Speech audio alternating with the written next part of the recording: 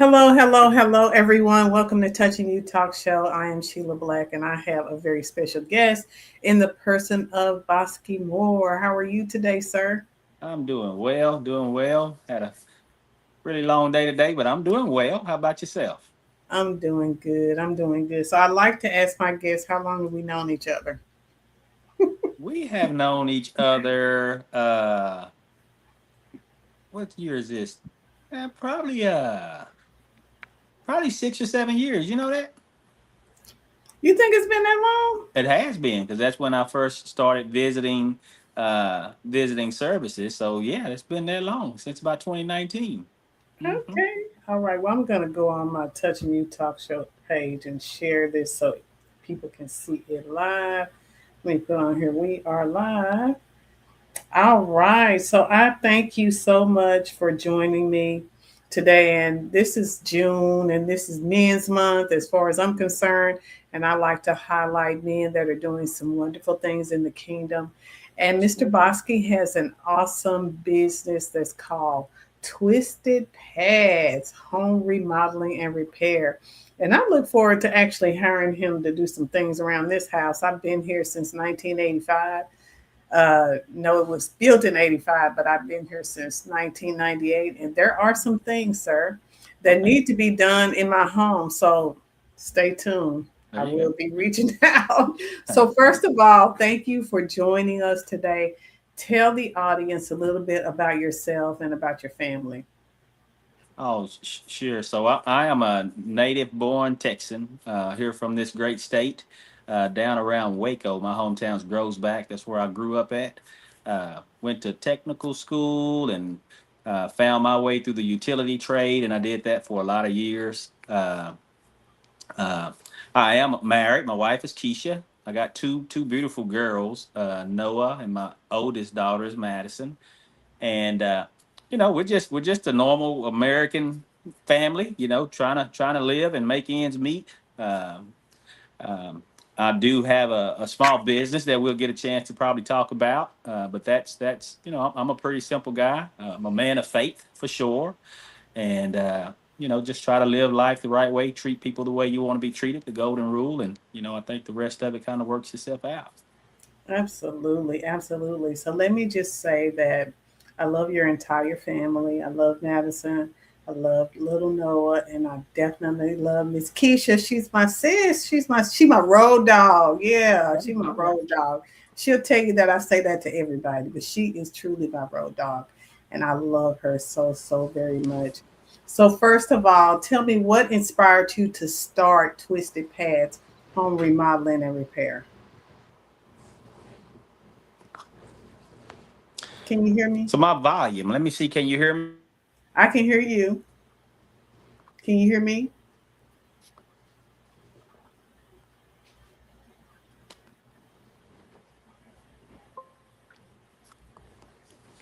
I may jump out and jump back in so that I can hear you.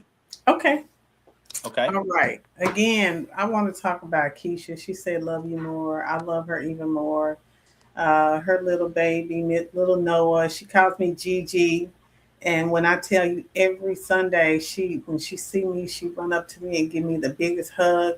And I love her so much. And then I love Miss Madison. She's such a beautiful young lady, and it's just a blessing to know this family. So, can you hear me now, Bosque? I can hear you now. Okay, so my question was, what inspired you to start Twisted Pads Home Remodeling and Repair? Well, Twisted Pads is, it's funny. Twisted Pads, that name came about in 2008. That's really when I went and filed it. And if you look at our 800 number, is 8844. We buy pads. So it was not even a remodeling company. It was like a real estate investment deal, and I was still trying to figure it out. But over time, I kind of went from that model to something that I love to do. I love to do repairs. I like to beautify spaces. I like to work with my hand. My background and is construction and electrical. So Twisted Pass really just came about from me doing things on the side and ultimately taking a leap to try to do it full time and see if it's something that I could make a living at. And it's been working out well for me. So that's really how it just it just branched from a, following my dream and following my passion, and really pursuing something that I felt dedicated to. Well, that is beautiful. So, what separates Twisted Pads from other remodeling companies? No, it's a good question. We are a small company. Yeah, we are. Our team is, I'm gonna say less than 10 or so. So we're not a huge company. We're um, very communicative. We like to get to know our customers. Our customers know us. One thing that I always try to tell customers is it's a lot of contractors out there. You want to work with someone that's going to pick up the phone when you call them, or answer, or be transparent. Uh, so we do things the right way. I don't know if I'm not saying that not all contractors don't do that, but we just believe in doing things the right way. We treat customers and treat people the way that we like to be treated, honest and up front and fair. And I think that's worked well for us. We stand behind our work. We generally guarantee our work up for an amount of time. We put things in writing and contracts. That protects customers and it protects us. So well, I think we try to do things by the book and stand behind our product, and I think that's something that has helped us, and maybe be a little bit different from some others out there. That is beautiful. So, what advice would you give someone who wants to start their own business? Starting your own business generally starts on the side. I think if someone wants to start their own business, it's you got to kind of find uh, something that you probably enjoy to do, and also something that hopefully that it makes money. Business, the intent of business is to be able to make money, or provide a service, provide a good, and in return you get that from it. So it needs to be uh, something that makes sense in that space. But I definitely say it's no bad time to start a business, um, but don't jump up and quit your job if you have a job, right? You kind of start it on the side, you test the waters, you get feedback, uh, you know, kind of tweak your product. I once heard someone say it's kind of like getting on the interstate, and that's the metaphor I normally use. You kind of start on the service road, and you try different things, and you're not quite going full speed. You can kind of go a little slower, and as things progress you can kind of ramp it up, maybe ramp up the customers you're trying to get, ramp up the services or the products you're trying to provide, and ultimately you build up a little speed, a little steam, and you'll work your way into the on ramp and then onto the freeway. But you have to start a little slower before you jump out there full speed. That's good. That's good. So, what are some of the most requested modeling projects that you're seeing right now? So we're unique. We are a remodeling company, but we also are a home repair company, which is a handyman type company. So we kind of have two umbrellas. We do large projects, from kitchens and baths and flooring and tile, just big projects, to really small things like changing out light fixtures or ceiling fans, or your door lock, or put you on a ring camera or something like that. So we typically see more of the smaller type jobs, because that's just probably what people have going on day to day in their property or in their rental unit. We do support some rental properties, so we see a lot of those in terms of count. And then occasionally, we get the request to come off in and do a larger size project. So, um, but the bulk, probably 3 to 1, is probably the smaller ones before we land a larger one. Mhm. That is good. That is good. So, what are some of the common mistakes homeowners make when hiring a contractor? Uh, Biggest thing I think that contractors have gotten a bad rap for is taking money and running off and not showing up. So homeowners are very leery about that. We have some repeat customers, but a lot of customers are first time. They heard about us. We were recommended by someone, but it's still the first time doing business with us. So we try to bridge that gap to make them feel comfortable. It's a larger project. We do require a deposit, but it's a reasonable amount, and then we do draws. We don't take more than what we've done. So we try to, as a project progresses, that's when we kind of ask for payments. And again, no, paperwork is important. We got a great system, so everything's documented. Signatures are on it. You get a copy, we get a copy. So we try to just be transparent transparent and try to build that trust. We're out there on Google, so I always try to tell customers, hey, if you want to know more about us, just Google us or go look at our website. And the credibility that you get from other past customers uh, tends to help bridge that barrier too. But that's the biggest mistake, I think, is homeowners are just weary. A lot of them have been burnt and giving someone, a large sum of money without having anything to protect themselves, like a contract, and that can be a problem. Okay. So, how can homeowners avoid being scammed by unlicensed contractors? So, like I just mentioned, do your homework. If you're working with a reputable company, uh, everybody has to start. So when I started, I didn't have a lot of uh, I guess social media and things that you can find us on. But I think as time goes, you should be asking customers to give you feedback, asking customers to share that feedback. So, go out and do a little background searching. Google them, hop on Facebook and see if they're credible. You can ask them for references. Most contractors can probably pull up references pretty quick.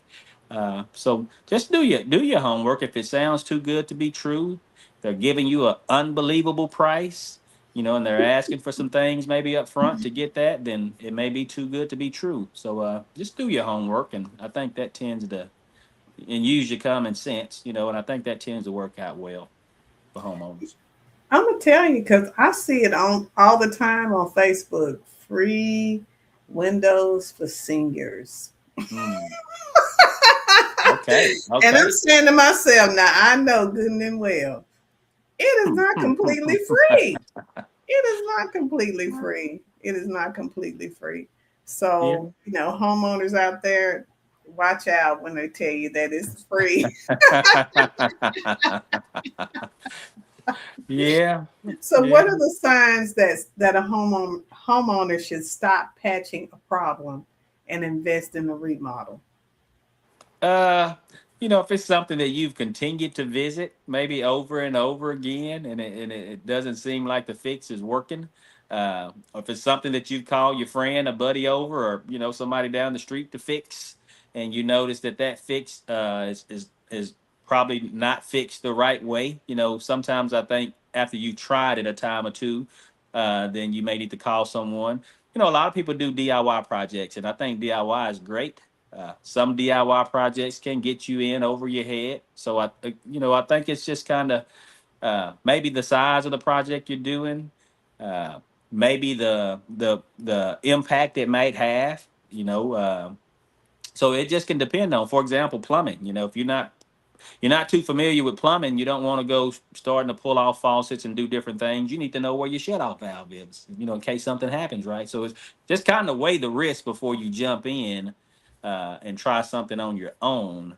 But don't be afraid to beautify your space, if it's something like paint or little things like that. But if it's a trade, an electrical, an AC, a plumbing, something like that, that may be a little bit more risk to it, then you may want to get someone off in, or just get some guidance before you maybe jump off in on your own. So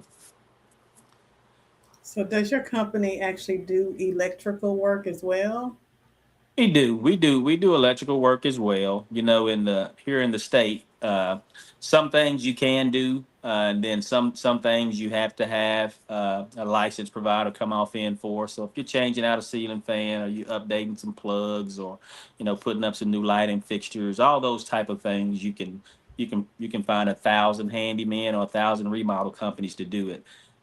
If your house is grown and you deciding, well, I think we need to add more circuits, or maybe we need a different panel. If my circuit breaker panel is just too small and we've added on a room. Well, you start getting into some of those larger things, or you're doing an add-on, maybe an addition to the property that needs to be wired. Then you want to call in like licensed electrical providers. So just depends on what the scope that you're doing would depend on who you can call to get that done for you. But yes, we do electrical and many other trades. So, if I wanted to add like 3 rooms to the back of my home, do I have to get some type of permit, or Three can rooms you to the just back. do it? Yeah, Can three you rules just to the do back of it? your home. Don't just go out there on Monday and start breaking ground. Hire a contractor. And you just brought up a great point. This is also something that gets homeowners, like you asked earlier. A reputable contractor shouldn't have a problem taking care of permitting. Uh, if you got a contractor that for some reason is not, you know, don't feel comfortable working with the city and don't feel comfortable going through inspections, that might be a flag. So, if it's something that you need a permit for, your contractor can take care of that. You as the homeowner, you're paying that contractor to deliver the service and get you what you need, so they can navigate that space for you, so that you won't have to really deal with those things. But yes, you will need a permit if you're adding on to your house anywhere within the city. You need a permit. So how long does it take to add a room on to the back of the house? Maybe you just want to add one room, maybe standard size. I don't know dimensions or anything. I'm just saying like a little small. Maybe you just want to add a something that you can just make that your TV room or your media room. Yeah, one neat project we did here this past year was not an add-on. We had a customer that had a patio Hmm. that you just sit underneath, and they decided they wanted to close it in, kind of make that maybe an office space. So we did, I guess maybe a slight addition, but it really was just a close in. We took an outdoor space, we made it an indoor space, and that took us. It was probably a little over 2 months. You always have to kind of you weigh in for weather, and your help. Sometimes people may call in. Who knows? It's a number of things, but it's about a 2 month process from starting to permitting to getting everything completed and finished. So, and that was probably maybe 200 square foot. So a nice little addition that they were able to use. So it's probably a good maybe a good benchmark. But that's a great question to ask too when you hire someone. You kind of ask them, how long do you think it may take, and you guys kind of talk through that, and it should sound logical. So in the average, or say for instance, what if this community have like a homeowners association? Is it okay to come in and paint your house hot pink? No, it's not okay.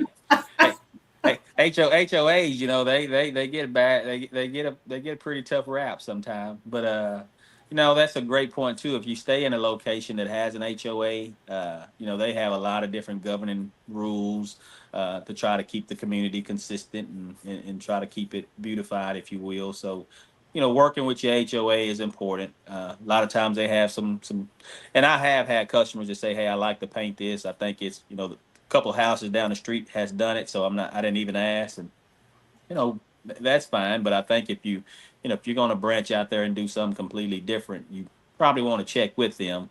There's nothing worse than doing a project and then realizing that you have to either stop it, or tear it down, or or undo the work. That can get pretty costly.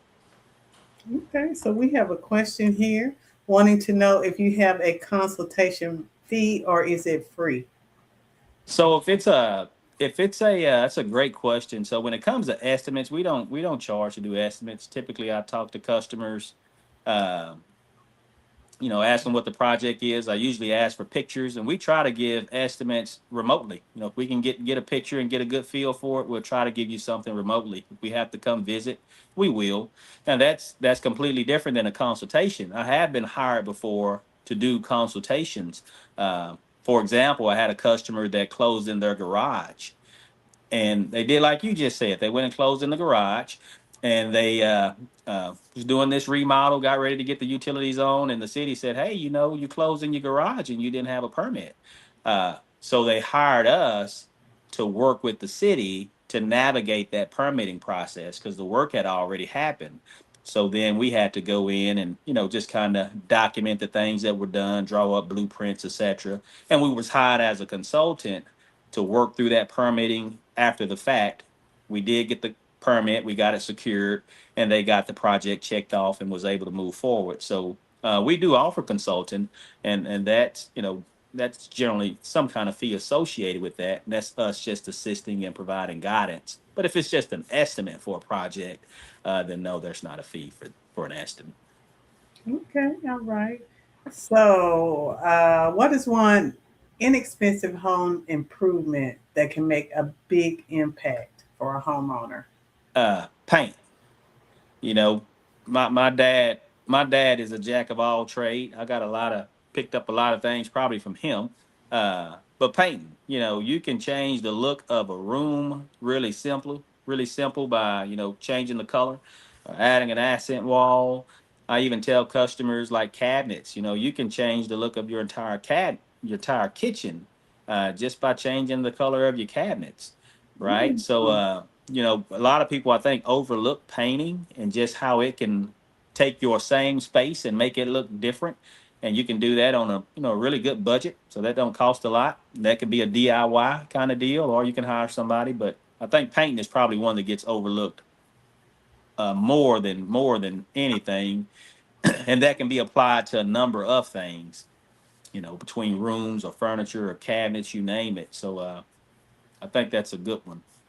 Can you also paint your tub as well? Well, yes, you can paint tubs. In fact, I have a customer just asked me last week. They want to paint their faucets. They decided instead of buying new faucets, they had the bronze kind of look, and they want to go to black. And instead of just buying new faucets for the bathroom and all, they said, "Well, what would it be just to just paint them?" Because some of those tubs, those jetted tubs like they used to have back in the day, the Whirlpool tubs, Hmm. uh, when you start changing out those faucets, they can get pretty expensive. That kind of like the little double handles with they can get pretty expensive. So yeah, you can even paint handles. We painted doorknobs, change them from gold to black.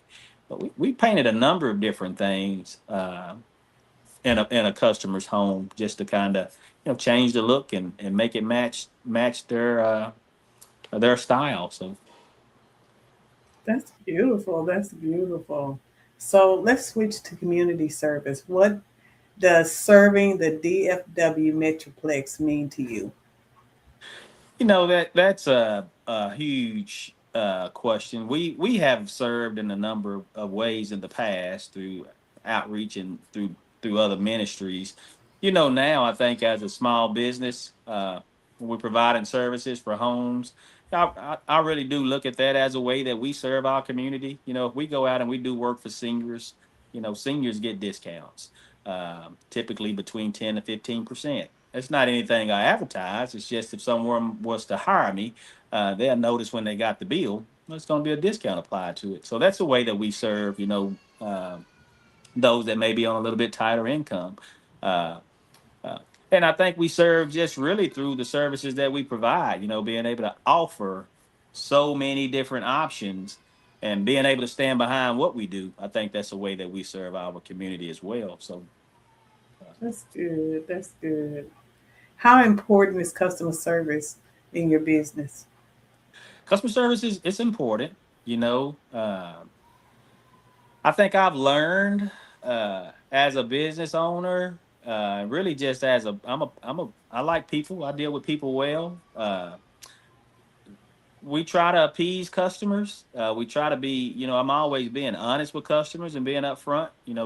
A lot of people say, the customer's always right, and in my space, the customer's not always right. The Uh customer oh. may want to do something that I advise them not to do. That may not be a good option. That may not last, or it may not be durable. So our customers are not always right, and we try to provide the guidance and the expertise. And if it's something that we don't know, then we try to be a resource and connect them with someone that does know. And I think that's a great form of customer service, opposed to leading someone down the wrong track, and having them make a decision that they may later on regret. So that's where the communication I think's come in, and just the transparency come in as a contractor, when you try to build that trust with who you're working with. So, can you share a memorable project that touched your heart? Projects that touch my heart. I was just looking, since we started tracking projects. We're about 450 plus projects since we've been tracking them over the last year or so. So we've done a lot. We've been pretty busy. Uh, and I can remember just about most of them. I don't know if any, I've looked back at several of them, and they make you feel good when you can beautify a space, especially when it's a bathroom that looks really outdated, and you can come in and pull the tub out and put a shower in and beautiful tiles. So I don't know if I have one. I think I have many of them that I've just kind of looked at and said, I like to look at this. We really transformed this space. Uh, but I don't know if I just have one that I can maybe point at. So tell me, what do you do when you tear down a wall and you see that there's termites back there or carpenter's ants? What do you do? If you tore down a wall and you see those things back there, then you want to have it treated. That's not a big thing. Usually when you're doing demolition or you're doing construction work, you're gonna have some surprises. You're gonna have some things, and I'm a planner, by the way. So if I do projects like large projects, I break it up into steps. I think the largest one is a hundred and about 140 to 160 steps that I have broken out. And even being that detailed, you're still gonna come across some things that I didn't think about, or some things that we didn't know until you open the wall up. Because behind walls sometimes are surprises. But if you find that, you call in someone to treat it, and then after it's treated and you guys address it, then you can move forward with the work that you're trying to get done. So tell me about the biggest surprise that you ran across. I'm trying to, I've opened up lots of walls, and sometimes you just don't know what's back Name there. a few things that you ran Uh, across. Come on, tell us. from well, it can be plumbing. It can be. Yeah, I tore out a shower today. I was called in to do a shower because it was leaking. And when I tore the wall open, it was just cement back there. It was no barrier to stop water, right? So cement, uh, as great as cement is, cement is porous. We all know that. It just kind of sucks in water and lets it back out. All you got to do is spray it. Go turn on your water hose. You'll see it. So I'm always, I don't know if I'm surprised, but you see a lot of stuff when you're starting to tear stuff apart. I hadn't found any gold mines or nothing like that. If that's what you're asking, if I found any No, I was any thinking maybe treats. you. No, I was thinking maybe you saw some snakes, some rabbits, some squirrels. No, I've seen Dogs. snake skins. You see Oh, those really? sometimes. Yeah, you do.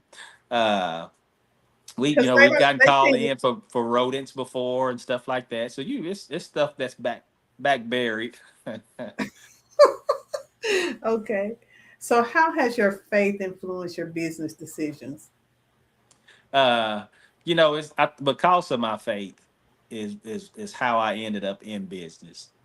So I think um, we all have gifts. That's something that the word tells us. One of my gift is faith. I'm a strong believer in what the Lord can do, and nobody's gonna persuade me against that. So it's really because of my faith, I think, how I ended up in business. So uh, it plays a part, probably, in what I'm doing and what I'm trying to pursue day to day. When I'm taking on projects or when I'm working with customers. Uh, I have faith in knowing that what we're going to do and how we're going to deliver.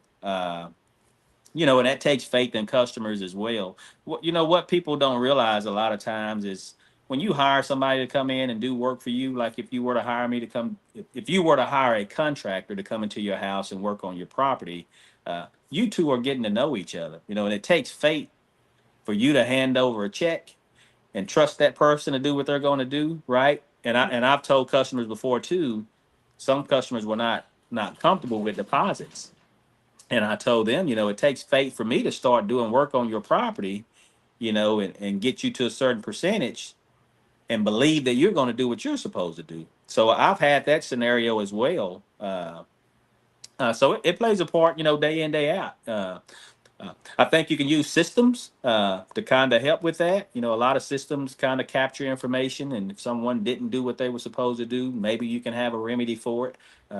But in my business day to day, I've usually completed a job and I usually haven't got completely paid. So that's the faith in just about each and every job. You know, if you come hire me to hang your ceiling fan, you're going to have a fan up and you haven't paid for that fan yet. So Mhm.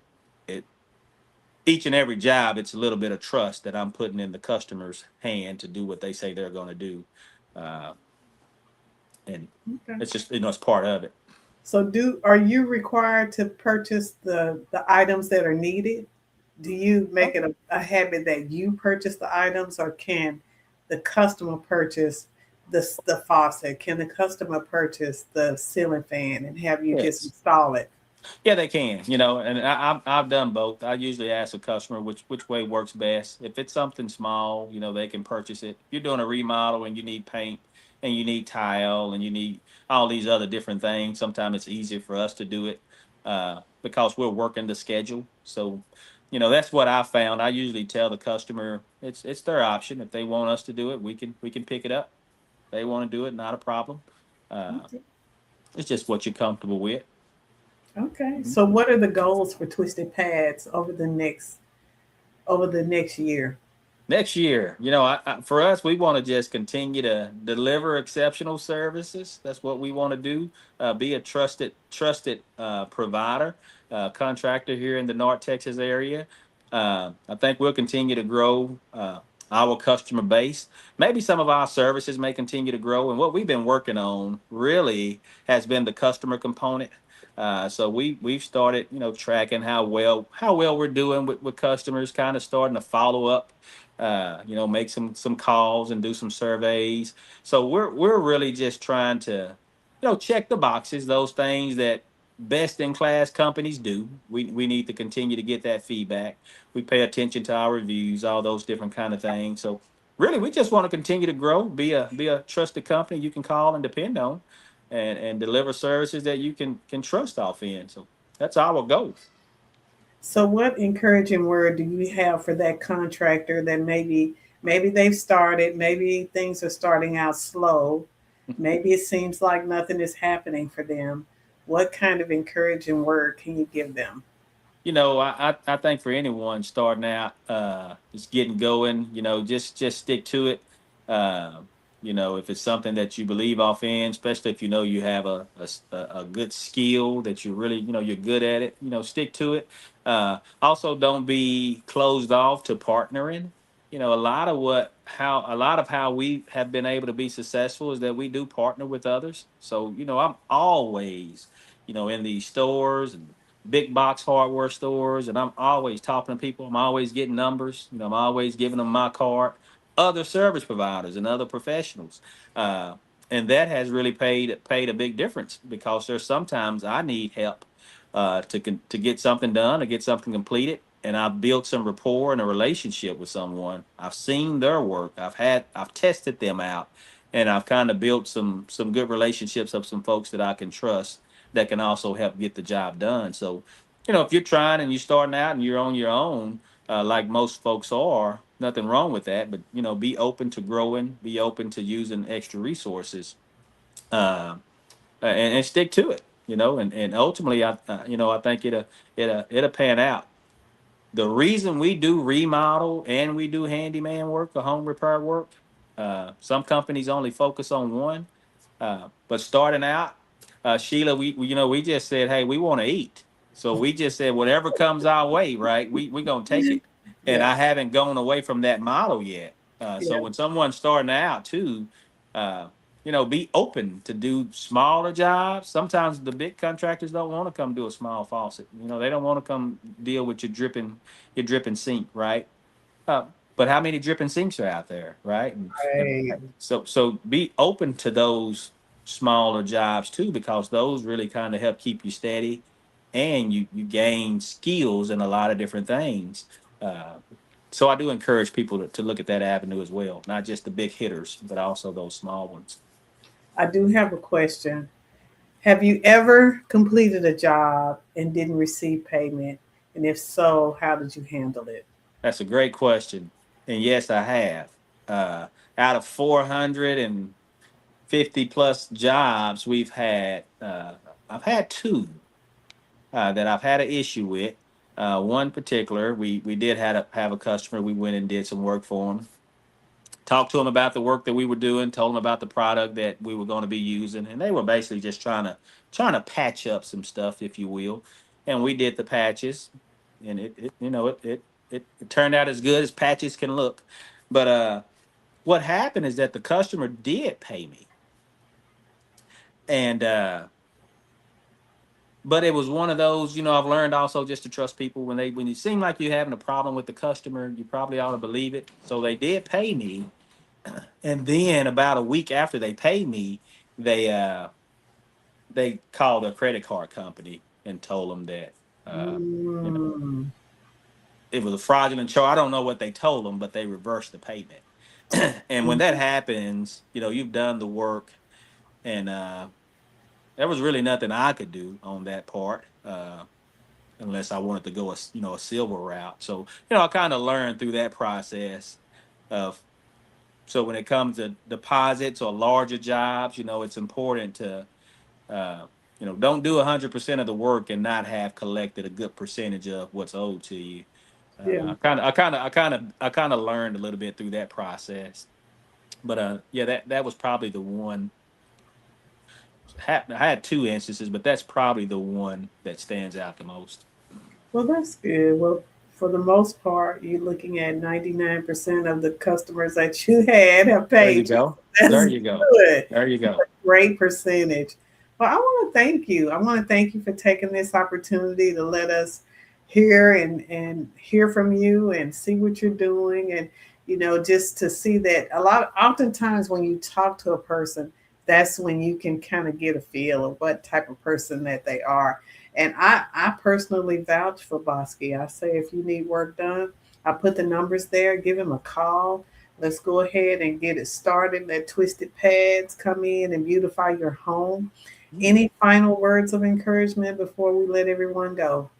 No, I have enjoyed this conversation. I thank you. You made it really easy to be Yep. able to talk and just be able to converse. So thank you for allowing us to share a little bit about us. And of course, your audience, if anybody that's listening is part of your audience, if they were to call and say, hey, we learned about you through the Touching You Talk show, uh, we'll just throw a 15% discount on their project. Woo, y'all So heard that? we'll do that. Now I'm gonna put an expiration date. Let's just say Right. that's good through August. Okay. I don't want them calling next year trying to do it. So let's just say between now and the end of August, Right. we'll love to support your audience too in that manner and support what you're Awesome. doing. So thank you. Well, thank you so much. And they will, I'm not going to even put that in the chat. They're going to have to listen to the whole interview All right, in there you order to go. hear that discount. There you go. Well, thank you so much. I appreciate you so much. Thank you, everyone who is listening. And I ask that you would go ahead and share, share, share. I see someone saying, "Oh man, I'm too late." No, you can actually watch it on demand. All right. So if you watch it on demand, you can get the discount, but do have to watch it in order to know that it's there. So yeah, There you go. but anyway, thank you, everyone. Thank you, Keisha. Thank you, Noah. Thank you, Madison, for lending Mr. Bosque to me for this time. This has been Touching You Talk Show. Watch us next week. We're going to have special guests. We'll have Jordan Diggs and his dad. Is going to be a father and son talk with his brother and with his son, and it's going to be a great time. So I ask that you will make sure and join us next week at the same time, 7 p.m., for Touching You Talk Show. Again, this is Sheila Black. Have a great day, everyone.